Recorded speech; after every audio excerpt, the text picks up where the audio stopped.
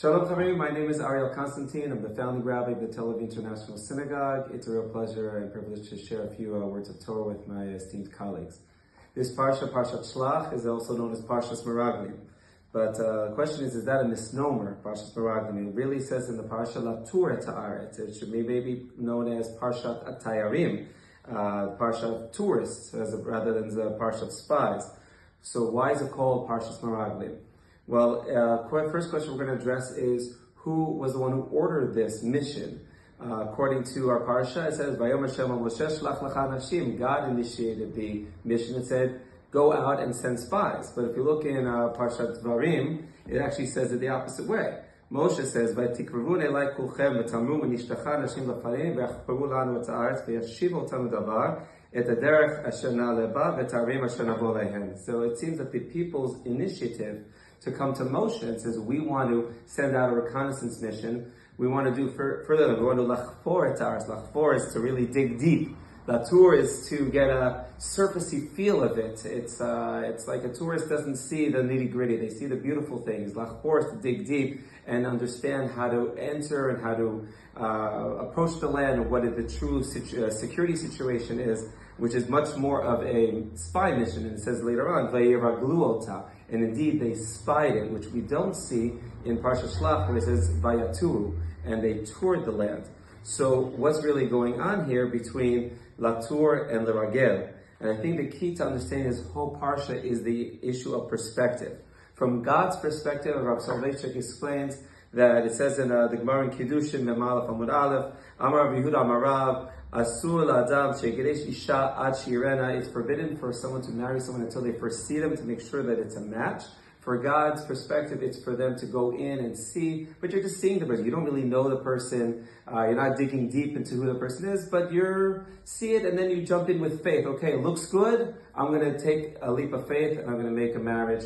And truthfully, every marriage is a leap of faith, no matter how well you know the person. So God wanted the people to marry Eretz Yisrael, so they had to send in representatives. We know that Kulam Anashim, they were all men of stature, and therefore these were not spies that were blending in, not the spies of the Mossad in Iran that are blending in. We're not sending in Bibi and the Sarkats to go spy in Iran. We have people who are blending in and doing incredible work there. So these were not anonymous people. These were leaders of the tribe. So clearly, from God's perspective, this was not meant to be a spy mission, but rather a building a connection and representing the tribes and saying, we want to marry the land of Israel.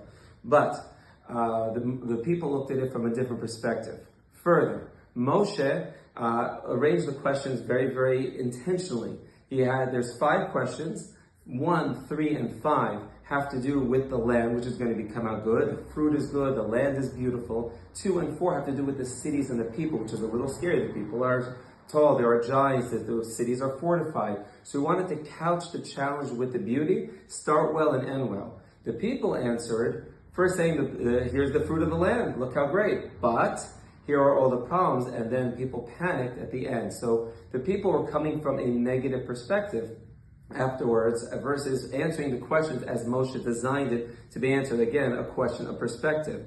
The Eretz Ochelet Yoshvea, as they said. Rashi says very clearly, B'chol makom ashavarnu masanu kovrei metim v'HaKadosh Baruch Hu asa l'tova k'dei l'tardeim ba'evlam v'lo yitnu lev le'elu. God planned lots of funerals so that they wouldn't pay attention, they wouldn't notice them.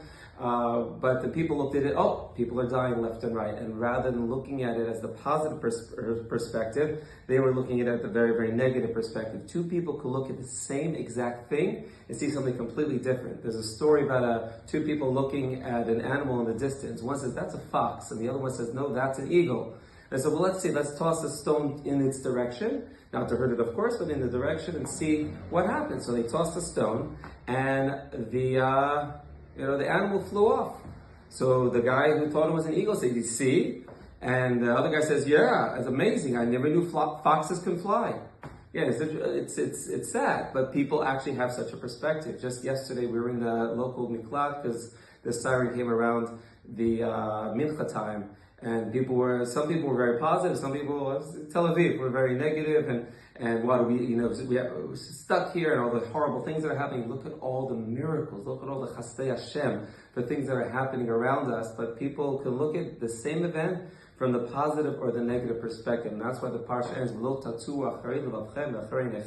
don't follow your eyes or your heart. To tour with your eyes, or tour with your, how do you tour with your heart? These are things that a question of perspective. Are you going to look at things from a positive light and see godliness in the world? Or you're going to find the negative and the problems and distance yourself from God's presence in the world. So our mission here, God willing, is to help ourselves and others find the God and His presence here, and how the miracles and the great events that are happening in this world. And God willing, through this war, we'll see only goodness for Am Yisrael, B'sorot Tovot, and may we all see peace quickly and bring in a time of Geula.